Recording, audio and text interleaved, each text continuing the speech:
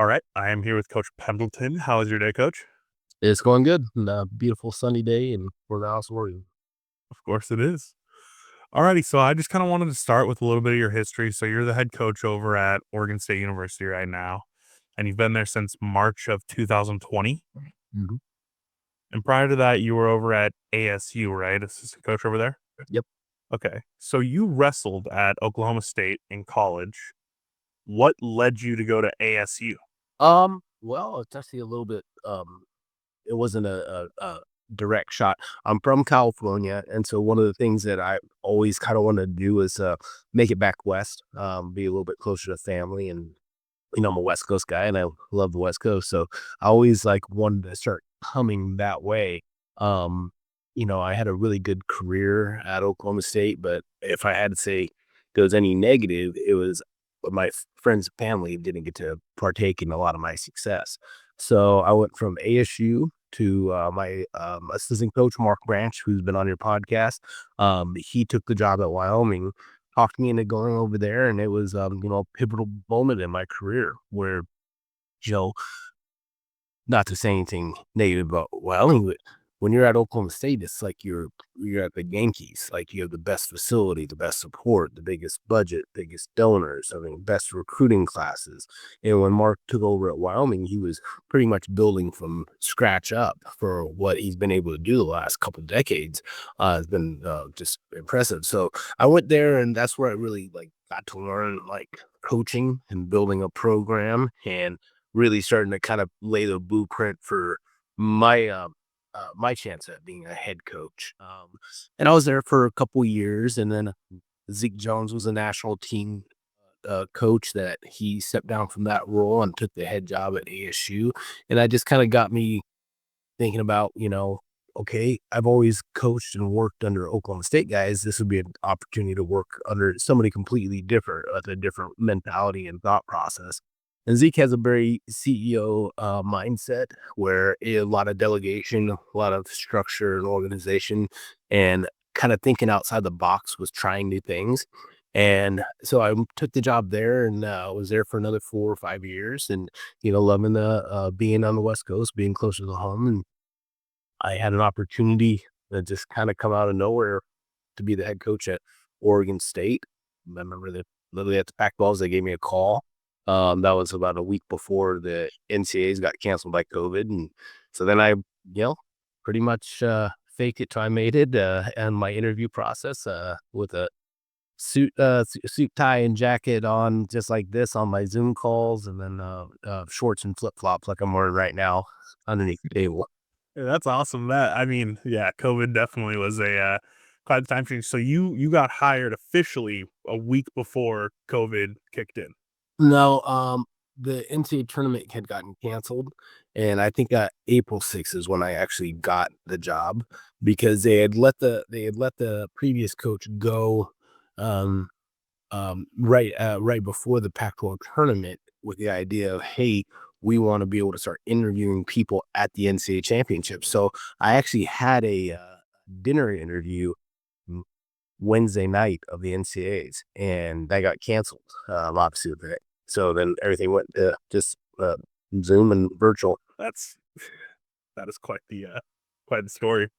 So flashing back a little bit to your high school, so I saw you won the state championship in California at the 145-pound weight class, and then you earned a junior scales award for the top pinner in high school. So what was that like? Was that just like a random? You got a call, hey, this is what you just earned, or did you kind of know your award? Oh no, I mean, this is pre-social media, a lot of this stuff. I'm getting up there in age, where my college or high school career was a little bit unique compared to a lot of other athletes, and especially wrestlers. I mean, wrestlers generally, from like the time they can walk, their kind of parents push them into it. I grew up with white. Both my parents were in the military. Dad was an airborne ranger. Mom was a um, mm, general hygienist in the army. So she fought black. That's a joke that me and her have that she doesn't like, that I say all the time. Yeah, but so I didn't really get to experience like sports like a lot of kids did growing up. And then when I finally moved to California, I was a really small kid, and When I say small, I was like one of the smallest kids in my freshman class at school. And my dad kind of pulled me to the side and was like, "Hey, I don't think basketball and football are for you. You know, you might want to think about some other sports." And then I got to, I dabbled a little bit, went to one or two practices, and then pretty much eighth grade is when I kind of fell in love with wrestling, and I wasn't that good. Um, but I had a high school coach that instilled a lot of toughness. He's a big believer in tough love, for better for worse.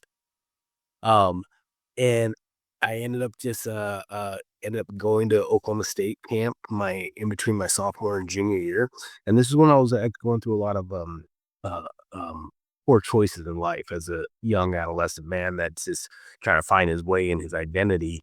And going to those camps gave me an opportunity to find my identity, and I got to meet my future coaches with John Smith, Mark Branch, Pat Smith, and they instilled a little bit of that competitive fire in me, which I had always kind of had, but then I had a direction with the competitive fire. Like when I saw going around Gallagher, but when I saw Oklahoma State, I was like, I want to be here. I want to do this. This is what I want to do.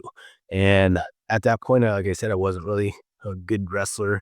I was kind of, in and out of the lineup. I took all the lessons I learned from that camp and I applied them to my daily life. My grades skyrocketed. My friend circle became really closed down, and I'm still like friends with all those guys. I'm still really close with all those guys to this day. And I jumped from being an average wrestler to fourth place in the state of California. And then I doubled down on some of the training that I was doing and some of the lessons that I learned. And I jumped to a state champ as a senior. I was like 57 and 62 and 0 with 57 pins. And this is, like I said, pre social media, pre everything, where the rankings came out in the magazine and you like look through the magazine. And so I remember I went to a tournament and I knew I had gotten a little bit better, but I didn't know how much better I'd gotten. And I went to one of the top tournaments in the country and I pinned the number two, three, and four guys in the country. And I got to kind of write my check to whatever school I wanted to go to. And I think the funniest part was immediately, you get off the mat and you're getting bombarded by college coaches. But the one college coach I wanted to talk to did just walk away from me. And that was John Smith at Oklahoma State. And I didn't know at the time he had already been standing there. And then he talked to my high school coach. He's like, he's going to come to Oklahoma State, and just kind of walked away. And he knew where my heart was. And so, yeah, it's a little bit like high school career. That is really, really interesting. So, a couple things to dive into there. So, one of the ones, and you do not have to go into it, and totally fine if you don't, but you said you're making a lot of adolescent mistakes as a young man. Are you comfortable kind of opening up into that? Oh, when you don't really have direction, um, it can lead to bad things. And at that time in my life, um, a lot of the guys that I was hanging out with didn't have direction. They didn't know what they were doing. And my fallback was always like, well, I just can take my parents' route and join the military. And not saying there's anything wrong with that at all, but it was a cop out on my end. I mean, I could have been striving for, greatness in the classroom on the mat and still went into the military and been proactive, but instead of looking at it as a fallback. Um, and my grades weren't very good, and I just was just kind of rudderless. And one of the things that I love about sports is they give people direction, especially in confusing times. And wrestling was my direction. The lesson I learned from Coach Smith was he challenged me to do 1 hour a day on my own, away from my coaches, away from my family, away from just on my own, like actually building my edge. And I took that and I did half of it, and I went from so-so to fourth place in the state. Then my senior year, I actually took it to heart and I did it full out, 1 hour a day. And the power of that, when you really think about what an hour a day looks like in your life, it's like 10% of your waking hours or whatever. Younger, probably a little more. But I did that. I remember we drove on a family vacation, Hilton vacation, from California to New Jersey for a family reunion. And I remember doing Sansa Motion at the Grand Canyon. Vividly remember being at the Indianapolis 500 and doing wind sprints in the parking lot and just doing all these things that were a little excessive, obsessive. And I remember my mom and dad being like, "What the heck is wrong with this kid?" But it just instilled in me a little bit of discipline. It instilled in me a little bit of, direction like we talked about. And yeah. That's amazing. One of the things that I remember, I wrestled a little bit in high school, and Bill Herber was one of my coaches who's in the Wrestling Hall of Fame, local guy out of Seattle. And I remember one of the things he always said about wrestling is he said the number one reason to wrestle alone, not only toughness, but there's just something about wrestlers that makes them unique in how they learn time management, how they learn effort, how they learn how to do these certain things. And it seems like it's universally carried around. What do you think, in your opinion, Yeah. these Yeah. have that? Oh, I think one of the things with wrestling is it definitely makes you come to peace with the struggle. I think that a lot of people do not like to struggle. I think our human tendency is to avoid, tough situations and avoid the struggles. But the definition of wrestling is almost a struggle. Like I have a great time. I have a 4-year-old and a 2-year-old. My 4-year-old's in the Montessori schools. All of his buddies love wrestling. They all come to the matches. Their dads come to the matches. They know it. But he's the smallest one out of that group. So those kids are about a year older than him. So every day after school, I literally watch him just sprint over to the grass and they all start wrestling. And my kid gets his butt whooped all the time. He gets up crying and, runny nose and tears. And I love it because I'm like, yeah, you got to struggle a little bit. Get up and go back over there. Do you want to learn? Daddy will teach you, but you got to want to learn. And so I think that that's probably the biggest thing that I think that people overlook a lot with wrestling is once you just kind of make peace with the struggle and you learn how to work through it, it usually life goes a lot better. That's awesome. Okay, so you do all these things in high school, and now you find your way to get over to college. And you mentioned how the one coach, after you win your championship, just decides to not be there because he's like he's not going to Oklahoma State. What made you pick Oklahoma State? Because I mean, back when you're picking, this is the early 2000s, late 90s, but really you're '01 to '05. So you have Nebraska who's doing crazy. You have Iowa who's doing well. I mean, some of those Big Ten type schools, and you pick Oklahoma State, who in their own right is completely a powerhouse. But what made you go there instead of all these other schools? Not to mention Oregon State, close to California, where you could have gone. What made that decision in Oklahoma? So long ago. It was pretty much the two biggest things were the coaches and the tradition. I think that especially when you're young and you don't know any of it, and wrestling does a really we're the worst storytellers in the world. Like we really are.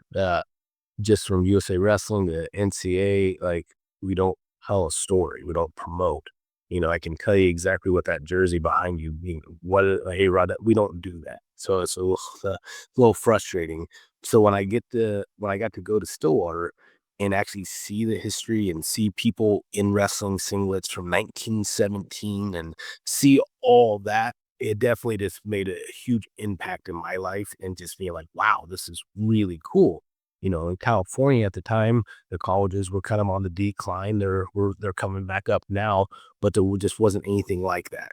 And then being by John, who, to this day, is still intimidated by just the presence of the man, 6-time World Olympic champion, and then Mark Branch, and then Pat Smith. I mean, first 4-time NCAA champion.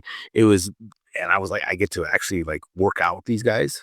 So yeah, that was, it was pretty easy, I did Iowa State, we did a couple of the other recruiting trips, and I actually committed to Iowa State because they did a little thing where they, like, basically leave you in an office, like, with all the coaches for hours, and then you get out and your brain's just spinning, and I called my mom, I was like, "I think I told me here." It's like, "Do you wanna go there?" I was like, "No." She's like, "Come home." Like, "Why didn't you wanna go there?" I was like, just there's just cornfields, that's all I could remember. Like, I was like, I just there's corn everywhere, corn, and that was not for me. That's awesome. They just left you in a room and said, "Yeah, you'll commit by the end of the day." Oh, they do that. There's college coaches are especially some of the better college coaches, they're incredible recruiters and salesmen. So, yeah, they got me at the high pressure, sales pitch. I was just kinda stuck. That's insane. So you signed, called your mom, and you were like, "Big mistake. Do not want to be here at all." Yeah. Interesting. Okay, so you get to Oklahoma State, and I apologize. Well, let me rewind actually to hit on your point about wrestling and history.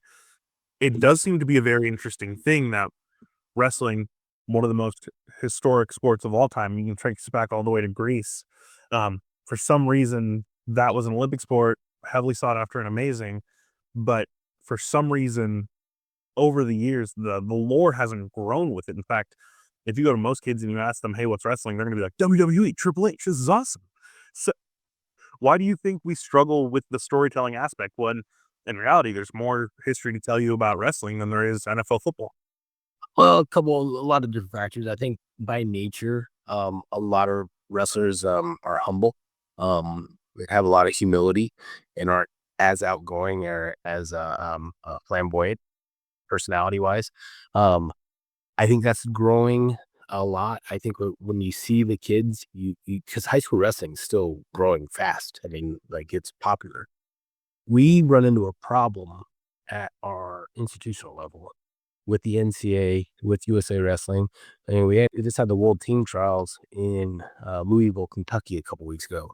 And I remember sitting there thinking, like, we're in this massive arena and there's two mats running and there's like a couple hundred people in attendance. And I'm like, well, if we're not going to get attendance, why don't we put on a better production value and just put this in the studio and then have interviews, backstories, things like that. I couldn't tell you why publicly, no, but I think that we just have a lot of people that are stuck in their ways that could probably use to, you know, we could use a little bit more youth and some leadership roles. Interesting. It's a good way to put it. So going now at Oklahoma State when you're there and you're not in cornfields anymore, you should compare '01 through '05, and I apologize because I may be off, but '01 I see you qualified for NCAAs. Yeah, '02 I didn't see anything. I read, Really? yeah, I redshirted my second year of college. I got pulled out at the very last minute in February. I got pulled out February, like, 7th or something like that. One of our starters went down for his ACL, and I w we were in a neck-and-neck race with, Iowa or Minnesota, I believe, to win a national title, and it was kinda like all hands on deck, and I had been getting a lot better rapidly in the room, and my coach called me and was like, "You're coming out of red shirt. We think that you can, get on the podium and become an All-American, earn enough points to help us, overcome Iowa." And at that point, you don't really you big all right, I'm coming out. And, I didn't have a very fun time when I came out of redshirt. I first match is against Iowa State. I got Tech, then Northern Iowa. I lost that one. Arizona State, I lost that one. Um, Oregon State, I finally won one. I had another freshman. I was like, thank God. Bye. And then I wrestled the Big 12 finals, and I got hurt in the Big 12s, and it's one of the deals where I partially tore my MCL. Could I have wrestled better? 100%. If that happened my senior year, it'd have been just, a whatever kind of deal, like, shrug your shoulders. For me, that was my first time I actually ever really been injured for my body. So I freaked out. And, it's one of my regrets that I have. But then the next year, they let me heal up and they put me back in red shirt. They put me back in the weight room where I grew from, basically a 57, 65 to a pretty solid 74 pounder. And, yeah, That's amazing. So ironic that your first win's over against Oregon State, but that's cool. So then, but now I still see him from time to time. '03 you get third place, '04 you get first, and '05 you get first. But it's funny, I saw a thing, a little blurb that said you beat Ben Askren for both NCAA titles, but there was some sort of like controversy for you saying there was no sort of rivalry between the two of you. Yeah, it was kind of one of the things we talked about with personalities in wrestling. You kind of get like squashed when you do have some take that's not the, Hulk Hogan, say your prayers, take your vitamins, mom, dad, country kind of, and that along those lines. Where I said something that I thought like I was getting annoyed because I was constantly being asked about this guy, and he was my college rival, but in my mind I was like, there's me and then there's the rest of the field. don't forget about these other guys. And I didn't articulate it very well. But it is what it is. Now how life works out, he's one of the top high school coaches in the country. So I always got to call and beg him, send kids to Oregon State. Just to go, hey, yeah, if you give me one of those medals, maybe I'll go ahead and No, that dude had a very successful career. I think he's definitely fine, and we're friends now, so it's kind of laughable. It was a couple years after college or anything. It was, we weren't. I wouldn't say we were on bad terms, but we weren't on friendly terms. It was. I totally understand why he didn't like me, and I was annoyed by him. So I think once we reached adulthood, it kind of became laughable.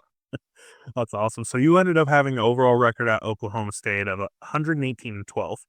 And I think you just mentioned what 4 or 5 of those losses happened when you were a true freshman, basically pulled out of red shirt. Eight, All right. So, eighth happened my freshman year. so then you go the rest of this time, you lose 4 more. Do you remember who those 4 losses are to? Vividly. Uh, I lost my sophomore year to Greg Jones in the All-Star match, which technically shouldn't even count against my record. It was an exhibition. And then I lost to Brad Dillon from Lehigh in the quarterfinals of the NCAA championships when I was favored to win the title at that point. Then my junior year, I lost to Ben Askren at the Big 12 finals. Got a little full of myself, and um, he humbled me. And then my senior year, I lost to Ife Waldhouse from OU and Bedlam in December. I can remember every one of my losses very vividly. I had wins out. They kind of just turn into background noise. The losses hurt, and they definitely fuel a different aspect of an athlete to get better. So you said you lost in Bedlam. What I mean, that's a rivalry everyone talks about. What did that feel like? I mean, obviously it sucks. What happened? What made you lose that match? I guess. Uh, Poor weight management. Um, so my last 3 years, I pretty much lost one match every year. I shouldn't have lost, and they all came from a little bit of being a little bit too overconfident. It's a great power to have, but it can also be, something that bites you in the butt. So that one, I'm just in a little bit of a pity party mood where I didn't want to be very disciplined with my weight, and I think I was like 12 pounds over the night before, so I had to cut a lot of weight, and I came out feeling great, like 3 or 4 takedowns first period, and then it was like somebody just pulled the plug, and my legs were just jelly. And I remember the guy, and he didn't like me. And he was deservedly so didn't like me. Once he figured out that I had nothing left, he poured it on me, and I'll never forget. He was holding my head down. And he like whispered in my head ears, like, "You'll never beat me again." And I was just like, "I earned this. You have to deal with it. I mean, it's what it is." But I got payback a couple more times later in the season. I mean, I think that's what makes a great athlete, right? They're able to take their lumps, which you never want to do, but you're able to come back and actually get get right from what happens. So culminate your college career. Everything's great. I mean, back to back championships. You're also tabbed as a top 10 wrestler in the 2000s. Everything's going well. Where'd you go from there? Post college, Yeah. um, I I wrestled internationally at 185 and then 217 for a bit. I kind of gave it a decent shot, the '04 to '08, but I was kind of stuck in between weight classes where I didn't want to cut to 163, and I wasn't really big enough for 185.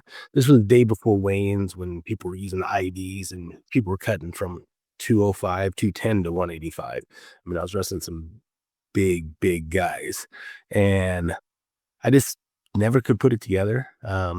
I really wish I had actually left Stillwater and gone somewhere else to train because I just had become way too comfortable.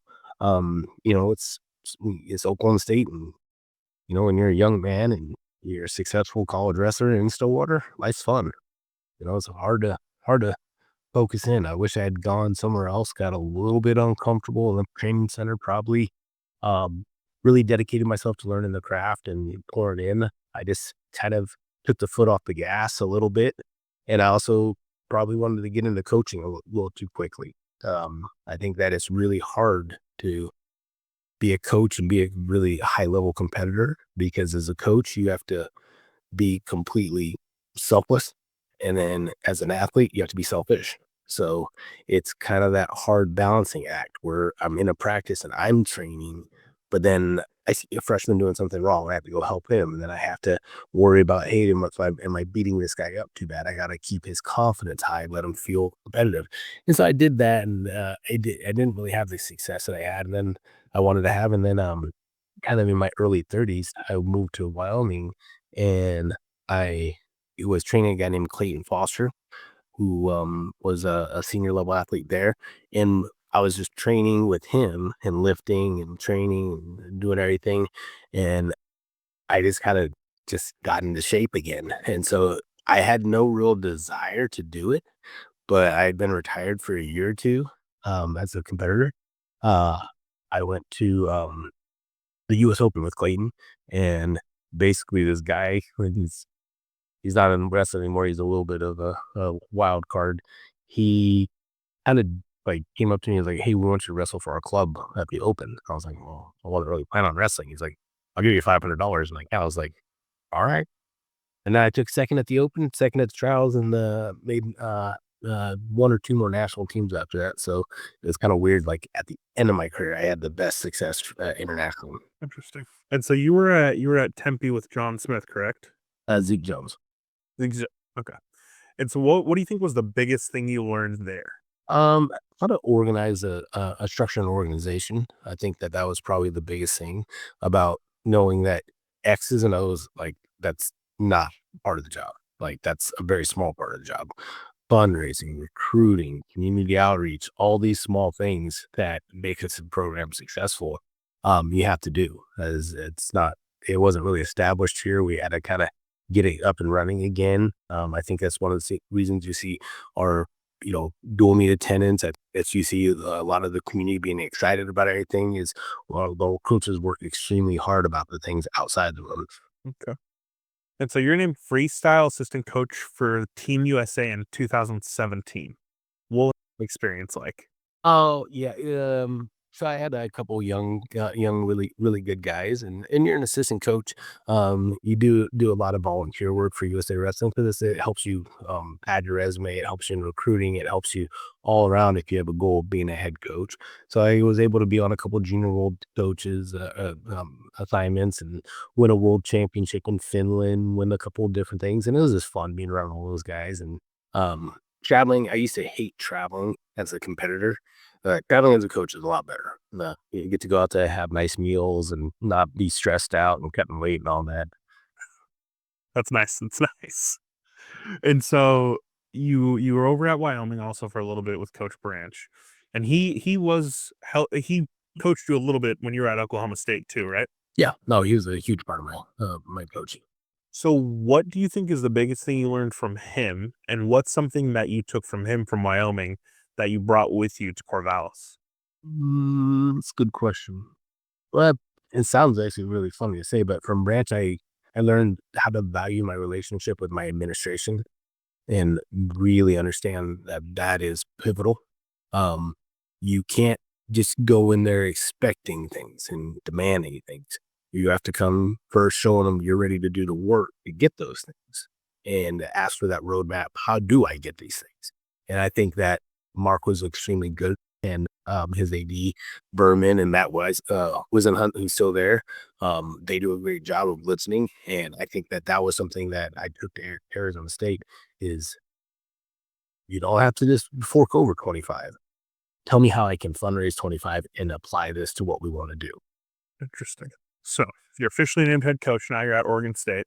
What was it like taking over a program right as COVID was at its absolute height? And does that affect your recruiting? And how did you just make sure the program's afloat?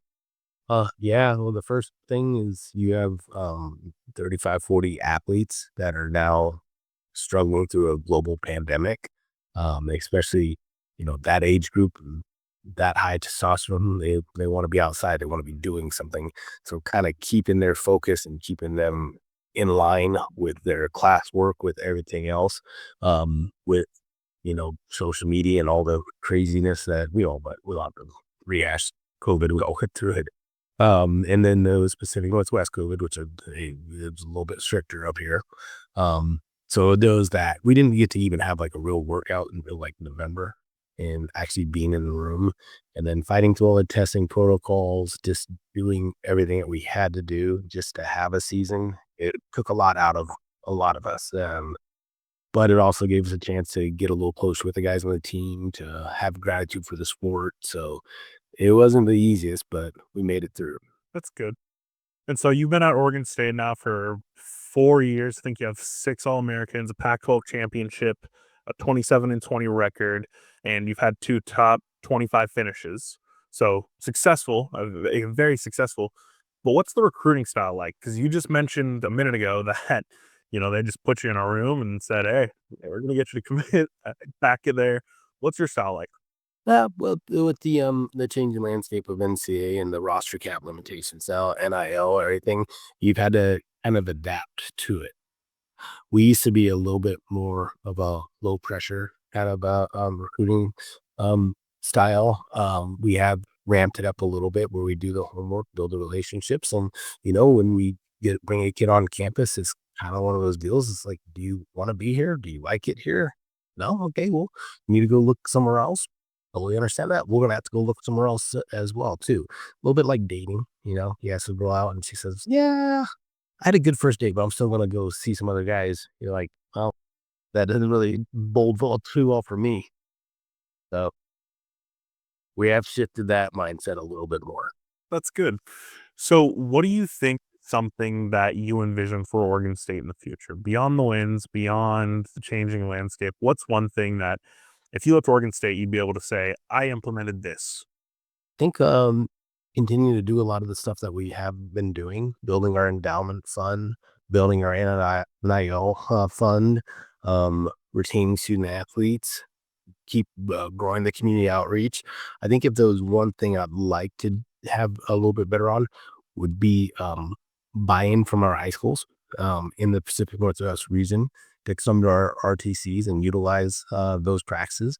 I think when you look at a guy like Justin Rademacher, who just won a world team spot, Aiden Natal, Joel Adams. So if we have 3 Beavers on the world team for the age group level, is all of them utilize RTCs, all of them come and wrestle with senior level people.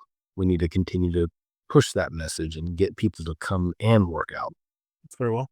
Earlier, you mentioned that when you actually got to Stillwater, you were able to notice just all the legacy there, all the history, and just how crazy it is.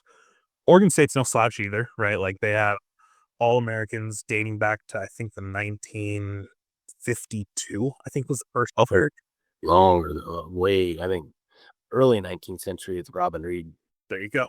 So, I mean, you go all the way. Yeah, 1924, Chester Newton gets silver in the Paris Olympics.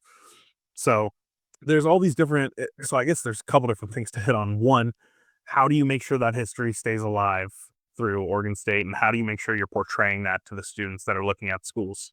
Education. We continue to honor our past, bringing in alumni, putting a lot of things up in the room, decorating, letting them know. Even like when we come in our stairwell for our resting room, as you go up, we have our team awards. So our team awards are named after past Beavers. So somebody that might be walking in and sees like the most falls. Well, it's the most falls award, but it's called the Larry Bielenberg. Larry was a NCAA champion heavyweight for us. Pinned a lot of guys at heavyweight. And then has a little blurb, so now the kids know this is what the award that they're striving for. This is who's this named after. Interesting. That's really really cool. So that's one of those things that you guys do over there. That is actually amazing. I love that. And that's something. It's when you look at like the NBA that I saw Pacers won last night, and I haven't been following that closely, but I saw that the MVP was called and they named it after it. I'm like, that's awesome. All-Star Game Awards, like Kobe Bryant Award, like the MVP, like things like that. I think that's a good way to honor the past. That's awesome. So I got some questions for you here to end it up. They're just kind of funny questions. You can pass on them. We like to ask them though. So the first one is you're at a gas station. You're about to go on a super long road trip. What's your go-to snack and your go-to drink for the road trip? Oh man, you have to go by era. If I had to be completely honest, if my wife isn't listening, Then I'd go Flaming Hot Cheetos and Vanilla Coke. Yeah, that's pretty popular actually. But you start getting in your 40s, those things start they don't sit well with me anymore. Fair. Who's your favorite athlete of all time? Favorite athlete of all time. I mean, be hard for me to uh either Joe Montana or Michael Jordan. Okay. What's your I moved to California, that's when they were like at the height of their popularity, both of them. Yeah, that's very true. Who's your favorite? What's your favorite time of the year? So like seasonal here. Oh, summer for sure. What makes you like summer more than like winter? Sunshine. No, it's summertime in Oregon is really special when you get do all the things like, we're 45 minutes from the ocean, mountains over there, vineyards over there, hikes. I mean, there's all kinds of fun stuff to do. Who's your favorite sports team at the high school, college, and pro level? But I have to make it a little challenging. You can't just pick like Oregon State. I mean, that's too simple, or Oklahoma State. Give me something different. Well, at the pro level, I'm a diehard Laker fan, so always will be a Laker fan, for better or worse. And I I started liking the Lakers when they had Lottie Divac, so I'm not one of the ones that jump on the bandwagon. Pro team is also the Niners. Those are my two hardcore ones. Um, College, I don't really watch college sports. All right. I mean, it's really, I'll watch, like, obviously Oregon State play, and I'll watch Oklahoma State play because I'm an alum. Yeah, that's simple enough. That's a straight on answer. So Hey, like, the college playoffs, NC the Final Four, I can't tell you the last time I watched Final Four. interesting. Yeah.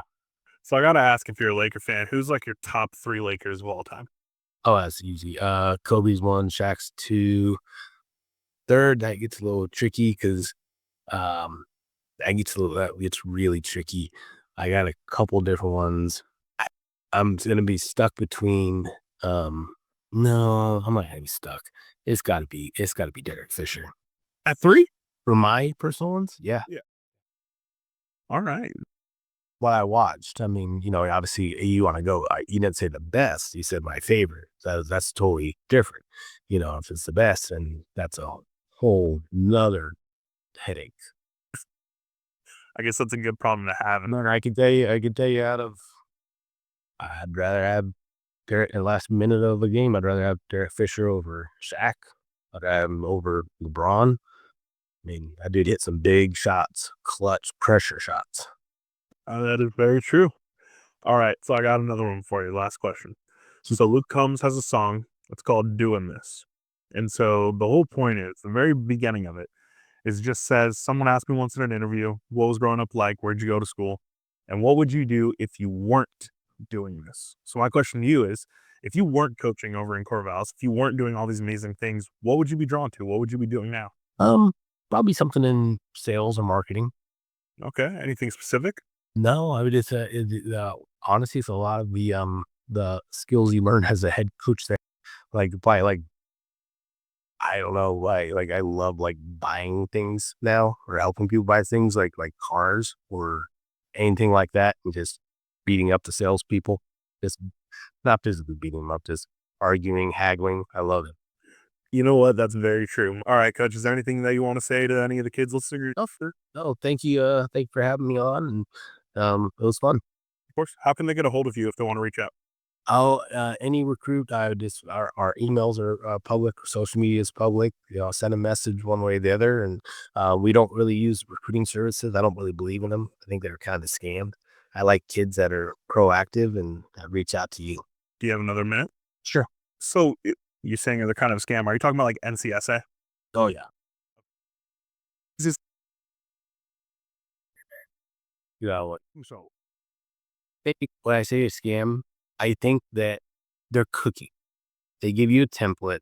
It comes through. Nothing stands out. It just looks like the most generic things. Like I don't even understand why they put like bench 225. I'm like, can he wrestle? Does he have good grades? Is he the kind of person that I want in my program? I mean, it takes to find out head coaches or assistant coaches more than the head. It takes literally maybe a 5-second Google search. What are you Googling? Just the recruit's name? No, no, for a recruit to find us. Oh, okay. Because on the flip side of it, why if you need a recruiting service, that means that you need help being noticed. That means you probably haven't won at an extremely high level. Those kids are recruited. Those kids are on everybody's radar right out of the gate. And I was a guy that wasn't a recruited athlete. I was a low ranked athlete. I had to go make an impression on a coach, get on the radar at camp, and then prove I could win. So when kids reach out to us, we instantly put them into our recruiting database. Where now when I go to a tournament, I know who the kid is. I know where he's from. I know his story. I know his grades. I know everything. I just think that it's very unnecessary because I have never talked to a coach and they've been like, "Oh yeah, I found this kid through this recruiting service." That doesn't happen. All right. Well, that's interesting. I like the way you say that. I think that um, not you, but I've heard other people talk about NCSA and other like recruiting services, and just mentioning how they're not necessarily the most helpful on the back end, and so sometimes they can get a little, like you said, cookie cutter. So They're just gonna take the money. They're gonna have you fill out this profile. Then they're gonna use their database and shoot it out to all the coaches, and then say, "Okay, well, thank you for paying us."